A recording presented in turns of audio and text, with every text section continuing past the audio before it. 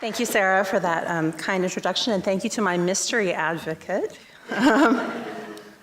I really appreciate the opportunity to join you today, and I've learned lots from the conversations so far. I want to begin with a list. It's a non-exclusive list, but you might recognize these as some of the values driving data management in the sciences and social sciences, and underlying the creation of collections, interfaces, and infrastructure in what we call data-driven fields.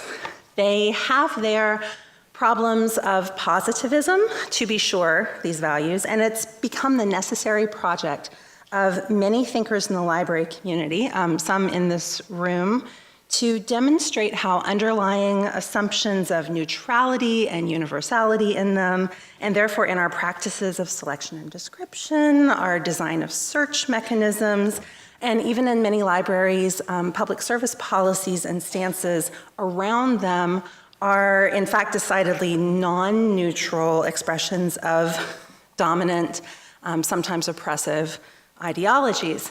But I'm going to maybe risk a little ire from folks who may share my scholarly background or my professional convictions, and say that taken together, these open science type values represent a quality that I find disappointingly, maybe even irresponsibly absent from digital libraries, specifically from digital library interface design, the gateways that we are building to everything that we have talked about today. And what they represent to me is a forward-looking temporal orientation. And I think we feel the absence of that forward-looking temporal orientation, particularly now that, as we've heard from many here, that we really are so decidedly past the era of individual libraries collecting on spec.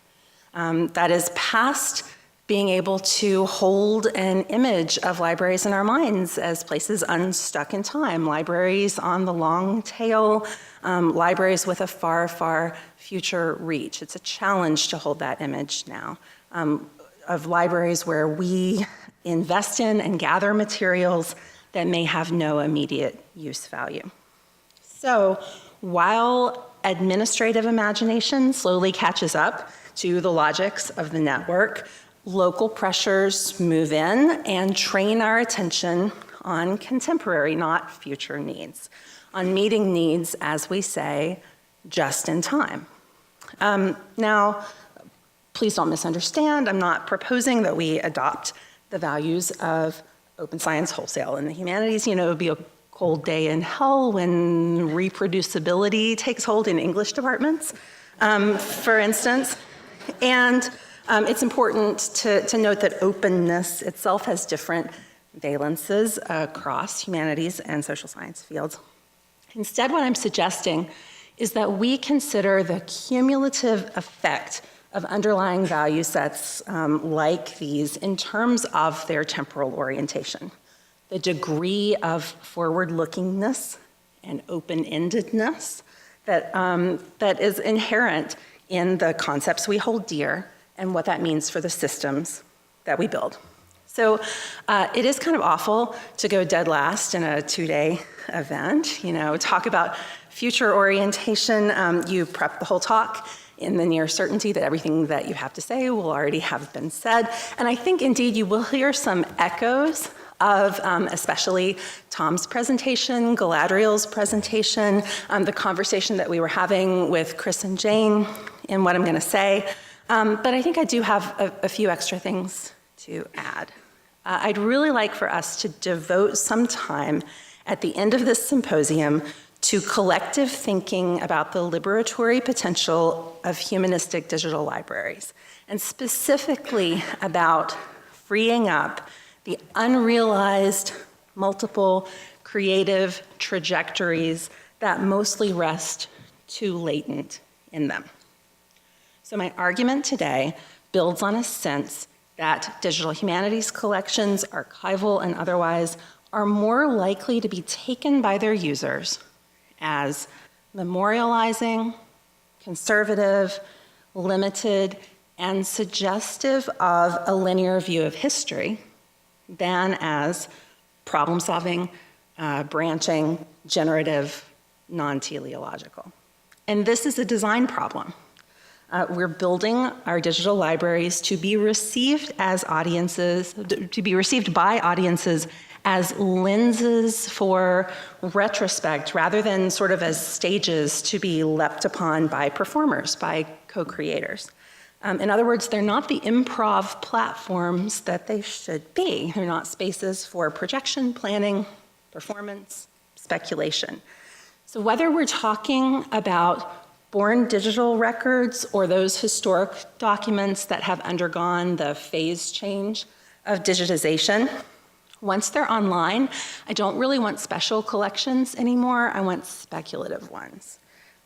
Now, if the sense that I have holds true, and I want to pause to say it may not, I would be very excited to hear negative responses to this sort of premise that future orientation seems to be lacking in digital libraries. You know, maybe you see some existing design affordances better than I do, and we can use the Q&A to talk about how to make those more evident and available to users. So that would be a great outcome for me. So if you do, please speak up. But if it does hold true, this idea that we tend to foster passive retrospect over active prospect in the design of our digital libraries, it presents a serious practical problem. And that is because if we mean to address the grand challenges of the 21st century, we have a pressing need for humanistic knowledge and patterns of work to interweave more fully with scientific understanding and practice, and for both to be made open to a vastly wider array of people who can apply their various lived experiences and intellectual perspectives and their future and freedom-oriented turns of mind to the problems that we share. But all that said, it's not like speculation is nowhere in the digital library enterprise. Uncertainty is basically the pre-existing condition of 21st century librarianship. We are reshaping our inherited ontologies and platforms and patterns of information access and control at a moment of extreme unpredictability and rapid technological, social, and environmental change. We've begun to pay, for instance, our overdue extinction debt, which is a toll for carbon use in this, our 200-year tech boom. And that's being taken in the alarming disappearance of plant and animal species. Extinction debt it's a technical term in the environmental sciences as well as kind of a transactional promise. All evidence suggests that the sixth great mass extinction of life on this planet is well underway, although again, uncertainties apply as to its impact on our own species. We face political instabilities, which will only increase with environmentally driven human migration. Refugee crises, in other words, and famine will intensify under climate change, along with genocide, war, domestic extremism, strife. Sarah, I'm feeling the need to apologize for this cheerful talk right now. But just to lay one more thing on, I want to point out that libraries and museums also grapple with the destruction of both tangible and intangible cultural heritage that seems to attend globalization. So I lay this out just to say that all this suggests one potential line of opposition already to my appeal for more speculative collections.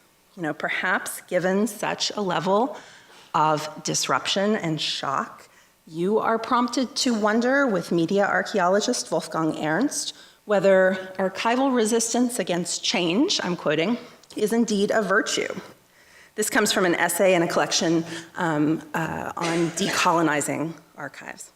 What used to be sacred space, secluded from public insight, is now directly wired to the communications circuit of the present.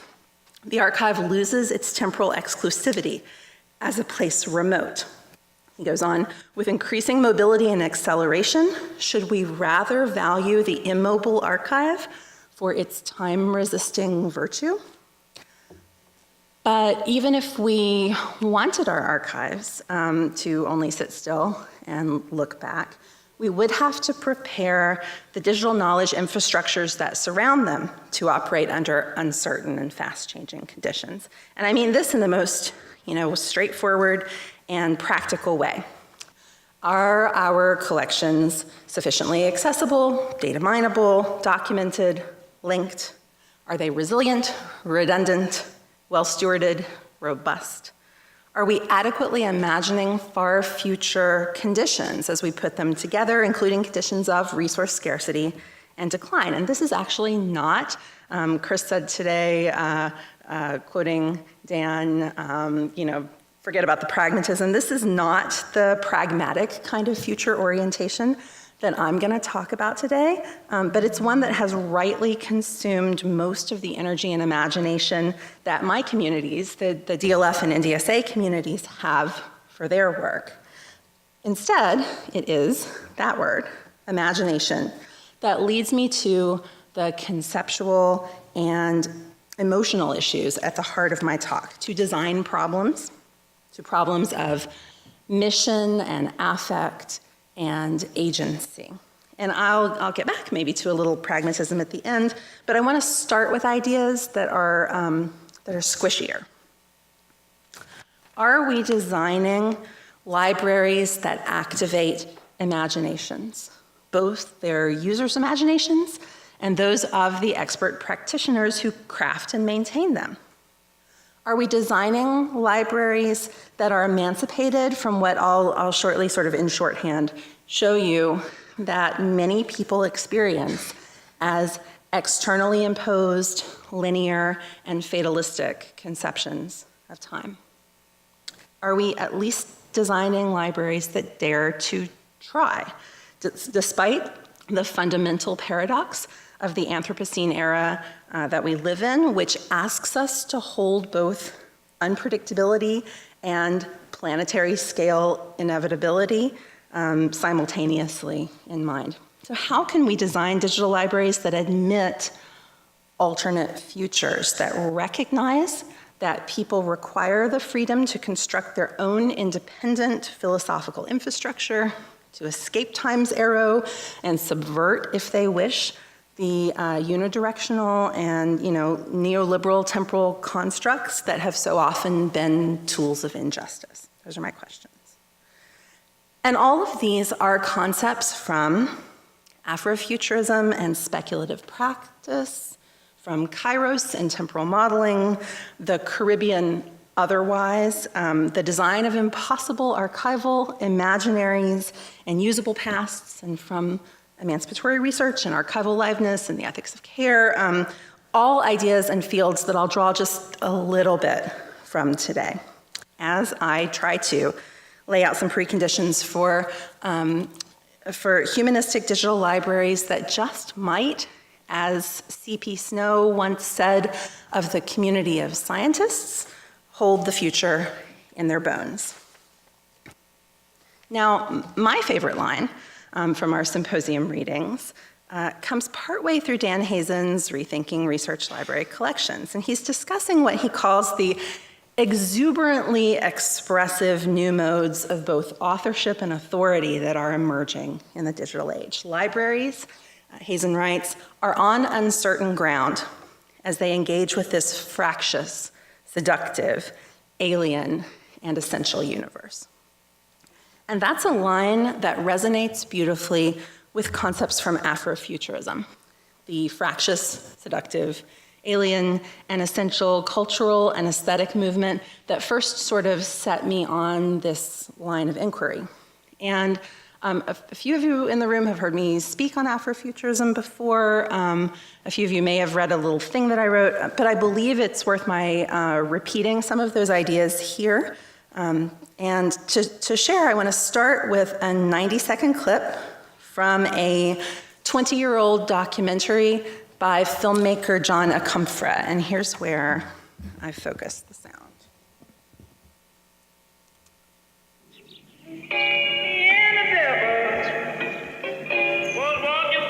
We came across the story of a blues man from the 1930s, a guy called Robert Johnson. Now, the story goes that Robert Johnson sold his soul to the devil at at a crossroads in the deep south. He sold his soul, and in return, he was given the secret of a black technology, a black secret technology that we know to be now as the blues. The blues begat jazz, the blues begat soul, the blues begat hip-hop, the blues begat R&B. Now, flash forward 200 years into the future. Next figure, another hoodlum, another bad boy scavenger poet figure. He's called a data thief. 200 years into the future, the data thief has told a story. If you can find the crossroads, a crossroads, this crossroads, if you can make an archaeological dig into this crossroads, you'll find fragments, techno-fossils, and if you can put those elements, those fragments together, you'll find a code. Crack that code, and you'll have the keys to your future. You've got one clue, and it's a phrase: mothership connection. So did you catch the clue? It was mothership connection. But the thing that I really want you to take from this brief clip, besides a burning desire to go home and seek out the whole documentary yourselves, which you really should do, it's pretty great, is the notion of what Akamfra calls a black secret technology. And I want you to notice that both the evolving music that's evoked, the blues begat jazz, the blues begat soul, and the fragments of the past that are there to be discovered by the data thief are all figured as active technology. In other words, cultural heritage, even when dug up archaeologically in the far future, is not something that we passively encounter. We don't just play it back like a phonograph record, but more like scratchadelia. And we have now reached the point of the talk where my husband made me promise I would not go to Harvard and try to explain scratchadelia by singing two turntables on a microphone. But do you know what I'm talking about? This is vinyl for the scratch artist, for the DJ at the club. We're talking about playable archives, simple records that themselves become instruments, a truly usable past. And I draw this idea from music critic Codwo Eshen's fantastic book, More Brilliant Than the Sun, which is the book that finally blew my tiny mind. I also recommend that. So the archive becomes the instrument. Inherent in Afrofuturism is an orientation toward past culture as future-oriented tech.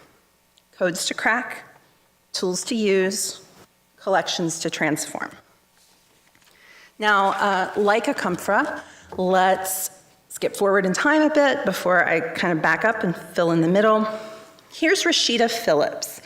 She's a young lawyer and community organizer who is also the conceptual artist behind Black Quantum Futurism and the Afrofuturist Affair, 2 projects. And just a few weeks ago, she and her collaborators offered a workshop out of the North Philadelphia storefront that has become their experimental community futures lab. And this is a place that blends grassroots activist community archiving with science fiction imaginings toward the design of alternate futures. The lab is specifically working to document and resist the forces of gentrification and displacement in North Philadelphia. Join us, their workshop flyer said, as we consider what technologies are practically and readily available to us to help shift, adjust, manipulate, augment, enhance our experiences of space-time at will. Black Quantum Futurism is exploring and developing temporal technologies that are more beneficial to marginalized people's survival in a high-tech world currently dominated by oppressive, fatalistic, linear time constructs. You won't find a clearer statement of need, but Penn scholar Deborah Thomas reinforces this necessity for temporal reconception in a recent article in Anthropological Theory called Time and the Otherwise. plantations, garrisons, and being human in the Caribbean. Thomas catalogs the ways in which Blackness is foundational to modern temporality and how what she calls moments of exceptional violence in the Black Atlantic, past and present, emergent from cyclical patterns of violence, make more legible those subjective experiences of time that can challenge dominant narratives of causality. And this explains why, as she points out, Caribbean philosophers have long been drawn to insights about nonlinearity and temporal entanglement from theoretical quantum physics. An erasure of foundational violences, Thomas writes, becomes the tool through which inequalities are reproduced and made to seem inevitable in the contemporary period. This is generated in large part through a constant insistence upon the supremacy of a concept of time rooted in linearity, progressive teleology, and a tendency toward perpetual improvement. Yet it is an ideology that's not seamless or easy to maintain in the face of trauma, which particularly in the prophetic redemptive tradition of radical Black politics in Jamaica and the Americas, opens up the possibility, Thomas says, of unforeseeable and unpredictable futures. She concludes by asking, how do we mobilize a transformed apprehension of temporality toward the project of repair? In other words, what would change if we took people at their word when they tell us that there's something wrong with the temporal dimension of this world of records and histories that we've designed for them? That we need to work against the implicit sense that our Enlightenment interfaces give that the situation of the present is the only possible conclusion of the accumulated evidentiary data of the past. Maybe the best way for the digital library community in particular to help break the sense of fatalism, inevitability, and disaffection from the historical archive that dominant narratives can provoke is to take seriously the Afrofuturist notion of cultural heritage not as content to be received, but as technology to be used. So how do you position digital collections and digital scholarly projects more plainly not as statements about what was, but as tool sets and resources for what could be? This is British jazz saxophonist Shabaka Hutchings. Since we did the album, he shares in an interview, a lot has been said about Afrofuturism. I think I first heard the word in John Acumphrey's documentary, The Last Angel of History. I watched it and thought, what does it mean to me? I went to a lecture by Codwo Eshin, who was talking about Afrofuturism as poeticizing the past, Hutchings says, that you recontextualize it and mold it in a way that gives you a power over history. I like that sentiment, Hutchings says. It's essentially this Sun-Ra philosophy that I'm really into. The fact that communities that have agency are able to form their own philosophical structures.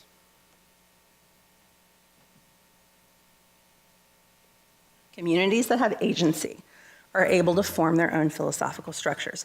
This is the idea that should galvanize digital cultural heritage work today. That subaltern groups must be able not just to access their own content in archival and library systems, and not just to control access to it, as radical as that idea is in some circles, but to set the terms for the infrastructure itself, actively configuring classification systems, search and discovery interfaces, and visualization tools in our shared digital libraries to express independent theories of the world as it is for them, and the world as it should be. For examples of work in this direction, I look to content management tools focused on indigenous intellectual property, like Mukurtu. I also think that you can see seeds of it in open-ended, multivocal, spatial, and geotemporal platforms like the emerging Mabira system at Michigan State, or deep inside Neatline at the UVA Scholars Lab. Neatline was a project that was kind of my contribution to small data and handedness interpretation through graphesis. These are projects that are led by anthropologists and archaeologists and now narratologists, by the way, not archivists and librarians. So where are we in all of this? Well, the DLF community, the Digital Library Federation community, is midstream in a shift from over-reliance on vendor-provided interface and content management solutions to a willingness to invest in open source community-built platforms and to foster a more complex set of interrelations among developers and companies and partners and publics. A shift that I see as a necessary precursor to the thing that I'm really arguing for today, and that is that we put both intellectual and material support behind design experimentation to better understand and increase community agency in our digital libraries. You have to own your own infrastructure before you can begin to think about using it to express the vital presence or historical lack of agency embedded in your archives, and before you can take one step toward affording agency to the people whose belongings have become your collections. You have to own your own infrastructure before you can give it away, right? Before you can start to design in ways that help communities use their digitized and born digital materials to create alternate futures and autonomous philosophies of the world. Afrofuturism, as an artistic and aesthetic practice, dates to the mid-20th century with deeper roots in 19th century Black speculative fiction. Its driving question, though, was distilled in the mid-1990s in an essay that Mark Derry titled Black to the Future. And the question is this: can a community whose past has been deliberately rubbed out and whose energies have subsequently been consumed by the search for legible traces of its history, imagine possible futures? And Derry got at that question by conducting interviews with pioneering sci-fi authors and intellectuals who reflected on a literary landscape in which writers like, Octavia Butler and W.E.B. Du Bois loom large. But they also spoke to the elaborate performers of Afrofuturism's early musical practitioners. Performances by people like George Clinton, whose flying saucer descended from concert hall rafters to the tune of Swing Low, Sweet Chariot. That's your mothership connection, by the way. The P-Funk mothership is now on display at the new Smithsonian Museum of African American History and Culture. You can go there and see it. And they talked about the famous Sun Ra, you see at upper right, and his jazz orchestra. Again, that's a ship, that's spelled A-R-K, the orchestra. Sun Ra's performance conceit hardly ever dropped. People who interview him say, off stage as well, was that he had returned to Earth from an abduction to Saturn, reborn as what Eshin calls an African-American alien musician. Sun Ra was a savior figure on a mission to teleport his people physically through the medium of jazz vibrations, and not just spatially, but temporally as well, to what he called the altered destiny. If I had more time, I'd show you a clip. The alternate timeline that they would find on a new and better world.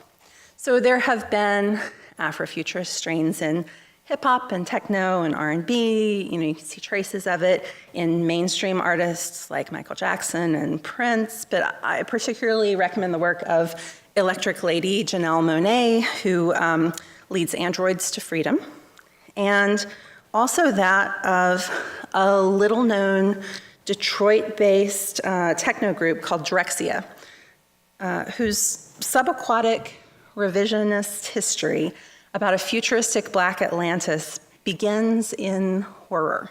It begins with murdered babies thrown overboard in the Middle Passage, babies who developed gills and miraculously lived.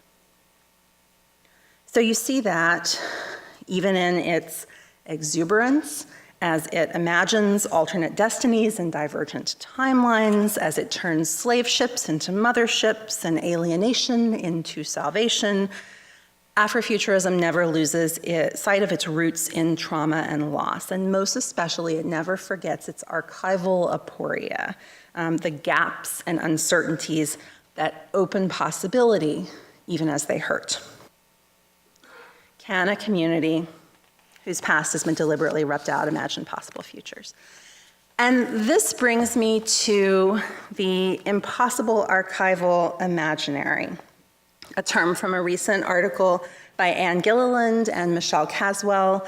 It builds on earlier work, which Tom quoted this morning, in which Caswell offered grassroots archives as sites where global diasporic groups brought together by shared elements of identity and as independently as possible from institutional control can undertake what she called the messy business of contesting, renegotiating, and redefining collective memory of the past.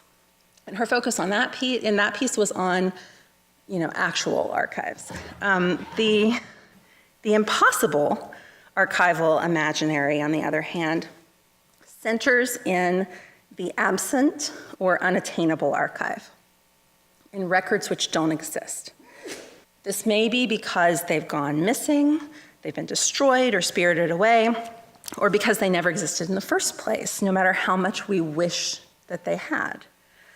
Imagined records exert a powerful influence over communities and help define both the reality and they define possibility in an effective landscape of shared imagination, offering important counterbalances and sometimes resistance to dominant legal, bureaucratic, historical, and forensic notions of evidence that so often fall short, Gilliland and Caswell say, in explaining the capacity of records and archives to move us. They want us to counter dominant strands of archival theory and practice that maintain an unreflective preoccupation with the actual, the instantiated, the accessible, and the deployable. That is, with records that have evidentiary capacity. Instead, this great piece that they've written shows how differing imagined trajectories of the future can emerge from records both present in and absent from the past. And just to offer one example, consider how documentation works in the petition formulated by the grieving parents of Michael Brown after Ferguson, a petition that police officers be fitted with body cameras. This implies a new category of imagined record, Gilliland and Caswell write, the record that need not be created because its very possibility prevents the brutality of its creation.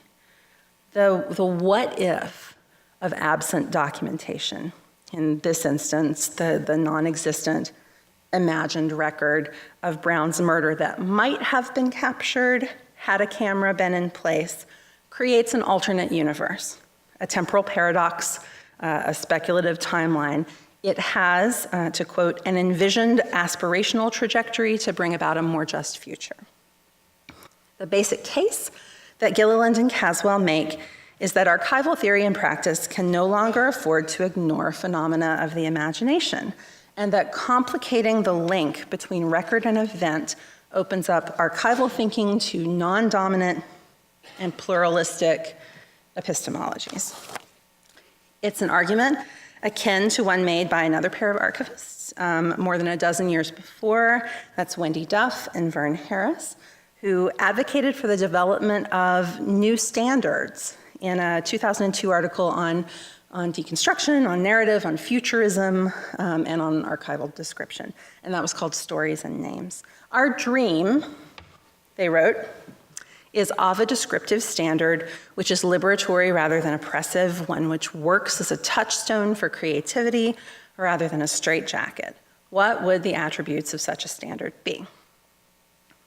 To Duff and Harris, a liberatory descriptive standard would not position archives and records within what they called the numbing strictures of record keeping, which posit the record as cocooned in a time-bound layering of meaning and reduced description, this is still them, to the work of capturing and polishing the cocoon. In contrast, they write, a liberatory standard would posit the record as always in the process of being made, the record opening out of the future. Such a standard would not seek to affirm the keeping of something already made. It would seek to affirm open-ended making and remaking. Now, there is a small, I think very small, amount of interface experimentation around this concept right now.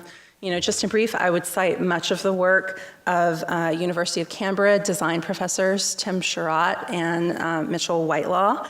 And Whitelaw is among the authors of a new piece in Digital Humanities Quarterly on the concept of archival liveness.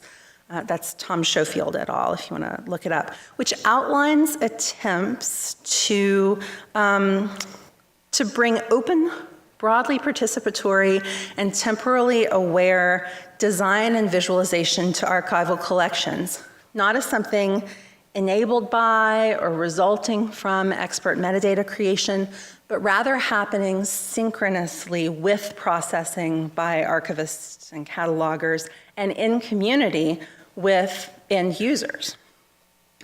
So grappling in terms of selection, arrangement, description with the imaginary, with process, and with time as situated kairos rather than as impersonal chronos, tick, tick, tick, tick, with users as co-creators, all these things would bring us closer to having digital libraries and archives that permit speculation and maybe not only demonstrate, but help to realize greater community agency in the context of shared cultural heritage.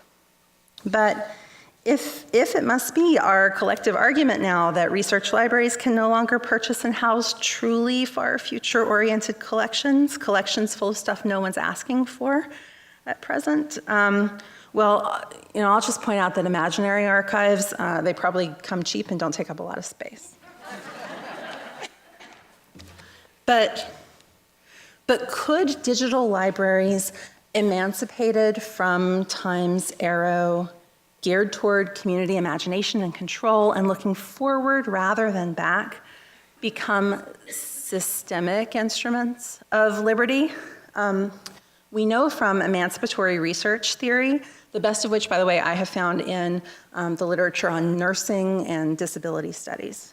We know from emancipatory research that people make themselves free, right? Scholars and technologists don't do that. So how can we set our digital libraries up for community-driven transformation into those independent philosophical infrastructures that Afrofuturist thinkers cite as a mark of freedom? In pragmatic terms, what about the trust and what about the tech? So search itself is a technical paradigm that would seem to work against the hegemony of the linear timeline interface or the time-ordered browse, if only our search engine settings could be opened up to end users in ways that are less about filtering least common denominator, sort of shared results, and more about crafting wholly new avenues for discovery. So a popular open source public access catalog, or OPAC, called Project Blacklight was designed with this in mind. Designed, or at least we designed it in its early days, to allow non-technical librarians and user communities to do things like tweak relevance ranking and control the fields that should and shouldn't be indexed, effectively to open up the black box of search. So that's one possible area of inquiry. But work by Sophia Noble, Frank Pasquale, Chris Borg, and my Blacklight collaborator, Beth Sadler, among others, shows us how sharply inflected and downright biased deeply underlying search algorithms can be. So there are boxes even within our black boxes, like nesting dolls. And And also, lest I paint too rosy a picture of the future for, what? For open, malleable, community-based infrastructure in general, you only have to look at an experiment like Tay to see how hard this work will be. Tay was the Microsoft chatbot who was released to train herself in conversational understanding through open interaction on Twitter, a kind of AI agent, and who, based on what people taught her to say, went from dumb and sweet to like full-blown violent white supremacist in less than 24 hours, and they had to take her down. Sophia Noble, in A Future for Intersectional Black Feminist Technology Studies, very recent piece, urges LIS scholars to support counter-narratives and the creation of better tools through continued, rigorous, multivalent analysis of our underlying infrastructure to help the cause by keeping up, and I quote, feminist pressure on the development of technologies in the context of material consequences that diminish any liberatory possibility. Her advice is that we concentrate especially on intersectional analysis in tech, those areas where overlapping oppressions throw power differentials into sharp relief. As another area ripe for that kind of analysis, I would highlight technologies of digital surveillance, how watchful analytics permeate all of our systems and pose a huge challenge to developing and maintaining the kind of community trust that is a baseline to working as predominantly white institutions like libraries in partnership with minoritized groups. So I hope you have a sense from the thinkers and the doers that I've cited today that this is an issue worth working on and that it requires an approach from multiple angles.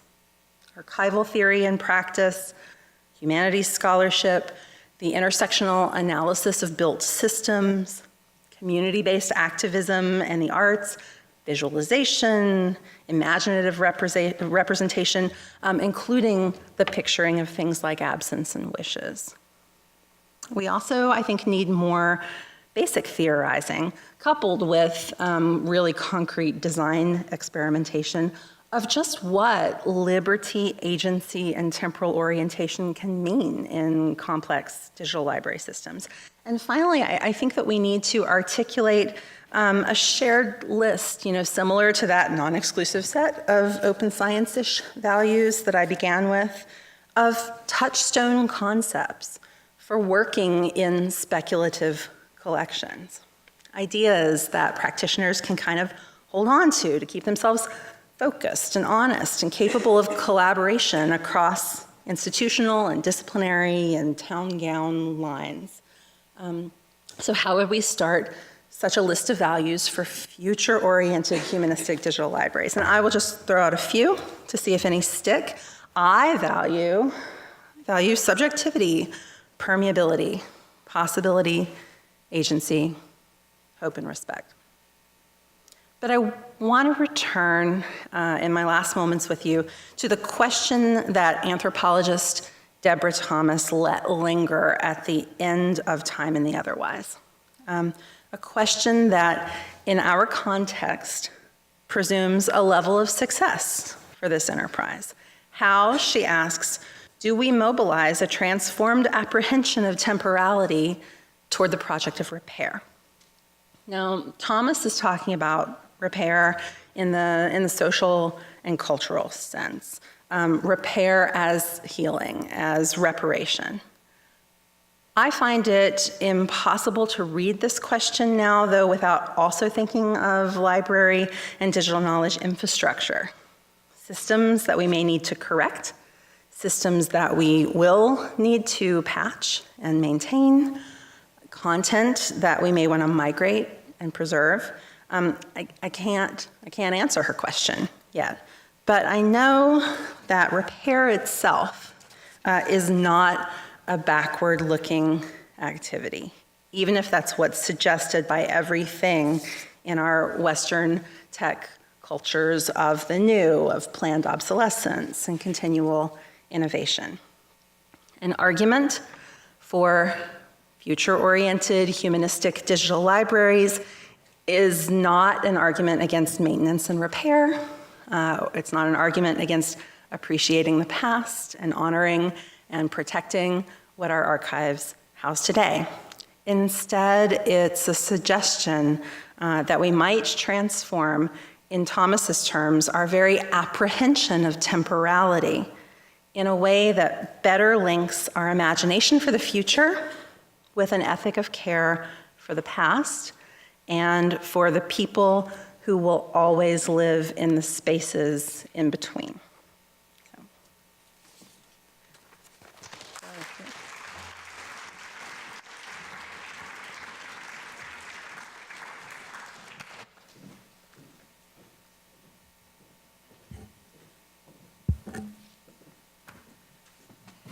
Thank you, Bethany. My head is buzzing, and it's with delight in most part. And I have to say that my notes are extremely disorganized.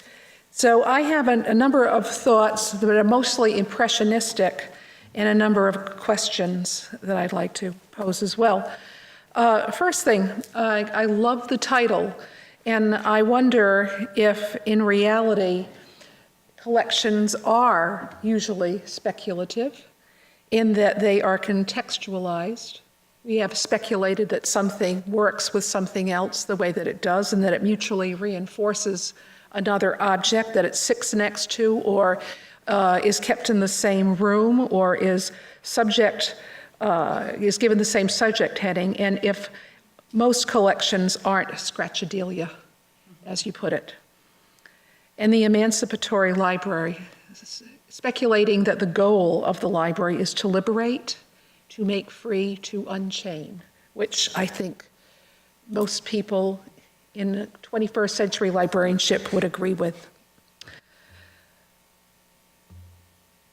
I think that there are probably some people in the room who react to the examples of Afrofuturism or Afropolitanism, as you've also written about in related pieces, and think, well, you know, these are so far outside of the mainstream that they're not relevant.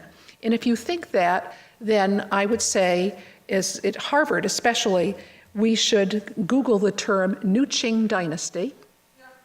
Yeah. Am I right? Yes, okay. And the second, for anyone who's been awake in the last year, the election of Barack Obama means we have entered a post-racial moment. Did we? Right now, it doesn't look like it. It's looking less like it forever.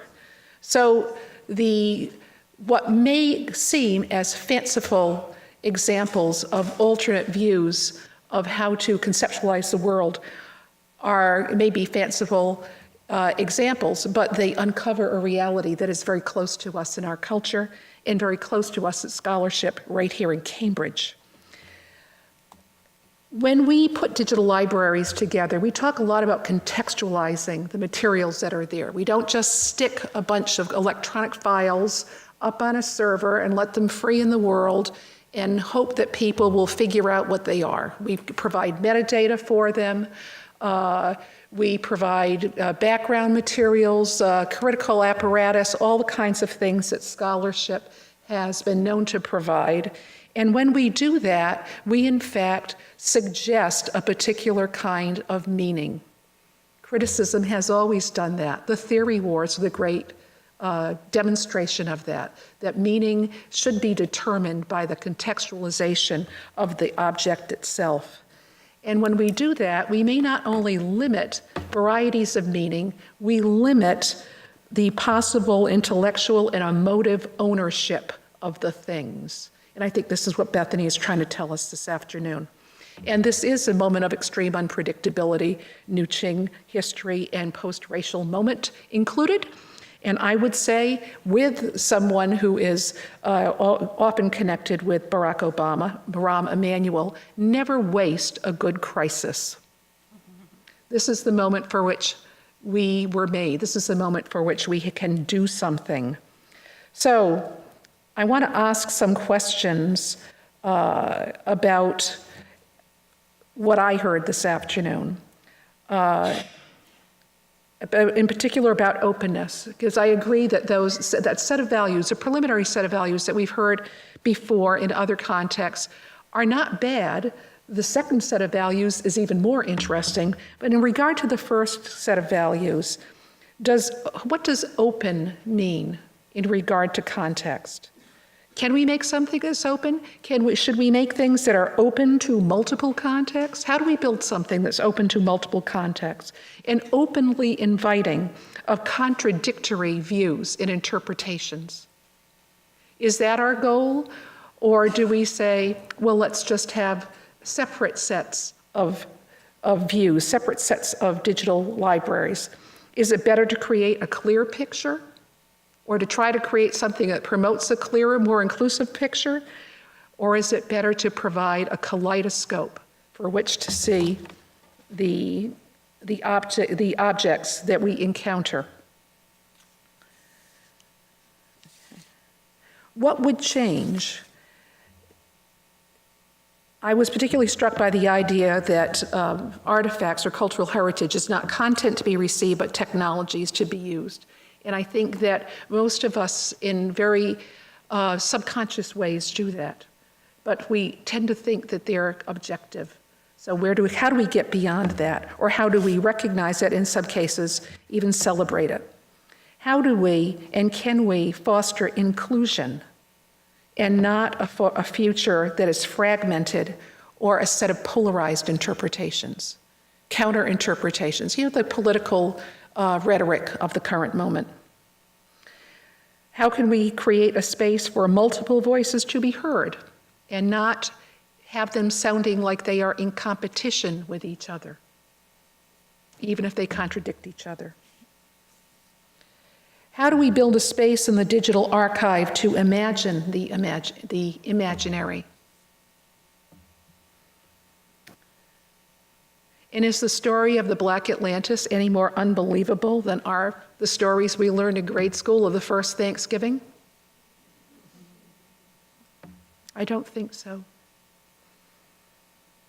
So do we seek emancipation in the library to be free from one another and atomized? Or rather, do we try to create a new kind of humanitarian future, a different and inclusive community? How can we promote that in the digital library? And does emancipation always promote agency, or are there further steps to be taken after emancipation?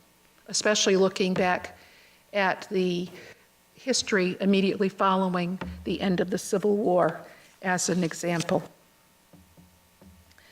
I was struck yesterday by the photograph that Ann Kenney had. Among the photographs she showed it for the U.S.-Cuba Committee, the one of the committee standing in front of the statue of Che that said, "Hasta la victoria siempre," ever onward to victory, or more truly, always, up until always victory, or until always victory. Not ever onward to victory in the idea that we will never get there, but that we are always participating in it and we are always performing it.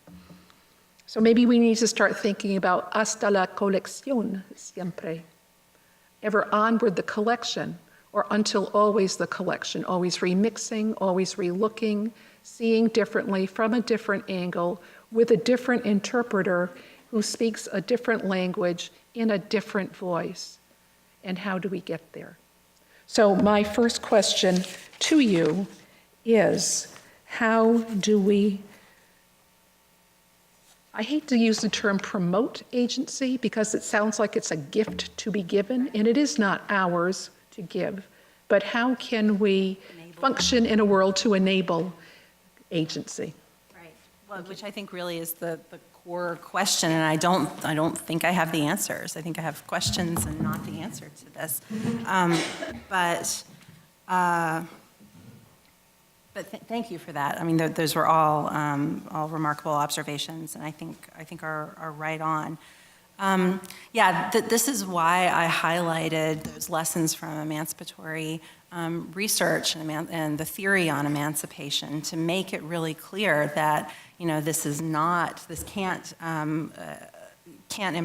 embark on this as a kind of colonial enterprise or a gift to people. It has to be done in partnership. It has to be done in large part by stepping back from control over things that we have, traditionally asserted control over. I'm really struck by the tension that you highlight between inclusive, approaches to interpretation. Basically, is what you're talking about. Sort of interpretation of collections and ways to do that in a coherent kind of togetherness versus this kaleidoscopic, possibility of lots of fragmentation and many competing interpretations. And I don't see those as that mutually exclusive. That is, like, I want the possibility in these systems for both. I mean, what we definitely don't want is only the inclusive one, to the detriment or the expense of the fragmentary, filled with conflict and disagreement one that may actually be, always closer to the truth. That is, there's just a real danger with any kind of mono view. And I think that's why I'm more drawn to the notion of branching timelines and alternate possibilities for this. Like that seems to me, so I was drawing as you were talking. And that seems to me the way that you get out of this, in some sense, is to be able to create systems where people are positing, they're, and I think this is why I was trying to draw in some ideas about evidence-based reasoning and the conclusions that we draw from an archive, so presented, that foreclose possibility. So again, like in terms of concrete next steps, what I really want is more design experimentation in this sphere.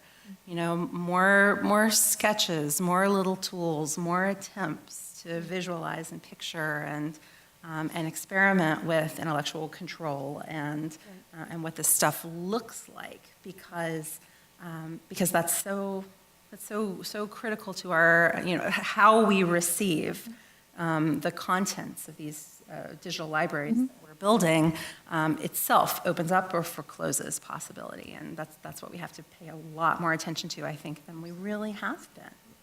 Absolutely, and I'm struck by what I would call faux inclusivity in our current culture, where we believe ourselves to be in moments that are post-racial or inclusive, and at the same time we hear people say things like, well, why can't African Americans ever get past slavery? Aren't we done talking about that kind of concept? Let's just, now that, it's not my pain, so that pain should be over. And I really appreciated your bringing up the pain and trauma aspects, because those are things that everyone has to have a moment for, and likely more than a moment. When we think of the dominant culture's way of presenting history, we celebrate our pain and talk about its triumphs, but we don't have patience for that of others. So how do we keep inclusivity actually inclusive and not faux inclusivity?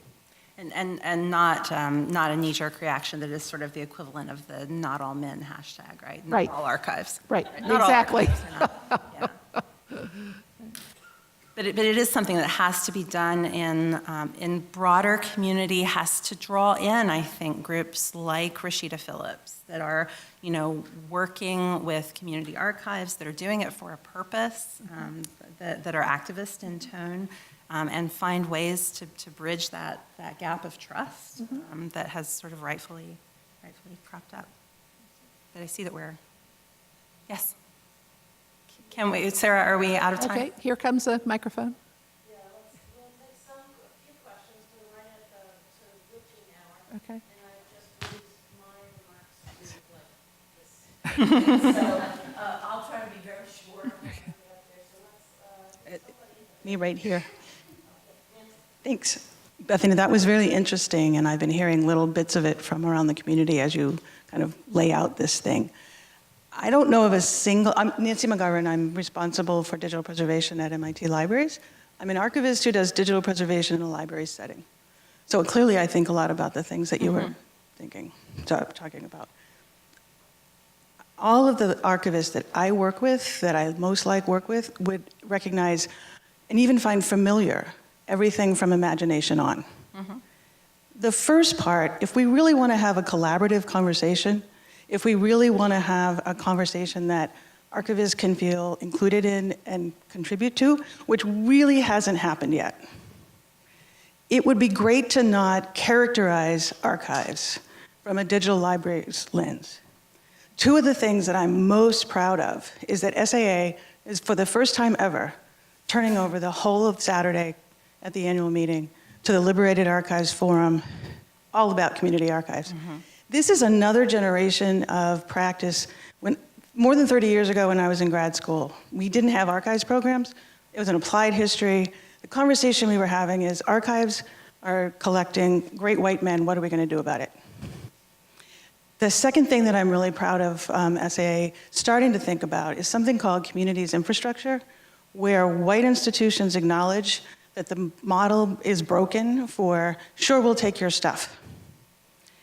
How can we contribute to an environment that is owned by communities, but enabled by, provided by, in-kind and indirect costs? Yeah. So I feel like it's a little disruptive in some of the wrong ways in part, because the characterization is not correct for many of the archival things. Yeah. You're mixing kind of archives, libraries, and digital libraries, and I would say that no archives, digitized or born digital, has been fully realized in any system, most definitely not in a digital library. Right. Yeah. That's exactly what I struggled with in drawing these ideas together, and kept sort of kicking myself, thinking, am I conflating libraries and archives? How can I pull these apart more? But what kept forcing me to push them back together is just the reality that digital library interface design is squashing digital archives. I mean, that's the gateway, and that's the direction of the conversation. So, maybe if one thing came out of, conversations I would love to foster around these ideas, it would be to get archivists talking more with, yeah. No. I know archivists are talking, right, but let me finish my sentence, which was going to be that to get archivists articulating those values and that direction of the work that they're doing in a way that the digital library interface design conversation can draw on, build on, and not wind up sort of like smashing that really, I mean, that's why I pulled from so many archivists who are thinking about this. But that's not making it to the conversation about what are the interfaces, what are the search mechanisms that we're building that lay on top of these things, what are simply, I call up a digital object and what do I get with it and what does it look like and where do I go from there? That's a huge disconnect that I see between the digital library and digital archives community.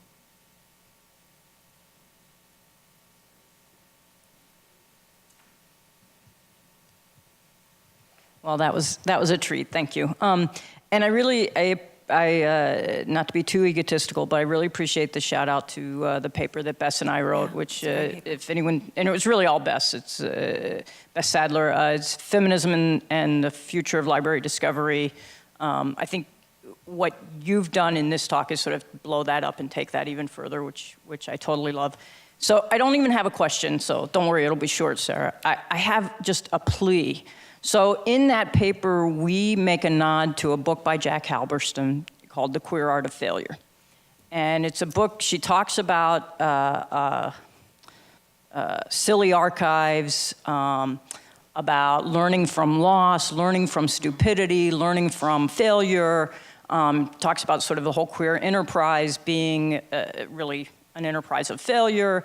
And I know that there's relevance here, but I'm not a humanist, so I don't understand it, because she gets really deep into theory. So I've got I'm homework. begging you, would some of you who understand this better than me read it and tell me what it means, because I know there's connections. I know it in my gut that there's something really valuable. Book report time, people. Yeah. Right. Please, book report time. Thank you.